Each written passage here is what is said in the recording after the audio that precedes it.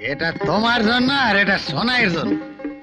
কিন্তু এত টাকা তুমি পেলে কোথায়? আরে ধর, আমি কিনছি নাকি? এ তো কর্তামা দিয়েছে। ও, কর্তামা দিয়েছেন?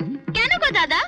আরে পাগলি, সামনে দুর্গা পুজো না, তার উপর ফলনটা এবার ভালো হয়েছে তো, তাই কর্তামা খুশি হয়ে সবাইরে নতুন জামা কাপড় দিয়েছেন। সত্যি কর্তামার মনে তুলনা হয় না। হ্যাঁ, ভগবান ওরা মঙ্গল করুন। ঠিক হয়েছে বউ। বাবা আমি এক্ষুনি পড়বো। না, পুজোর সময় পড়বে। না মা, আমি এক্ষুনি পড়বো। জ্বালাতন করো না।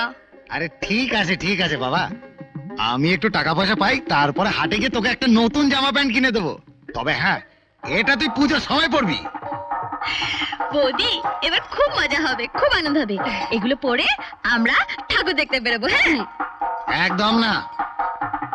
না কেন? না মানে, পুজোতে তো খুব মজা করোই, আসল আনন্দ তো তখনই হবে যখন সোনাই সানাই বাজবে।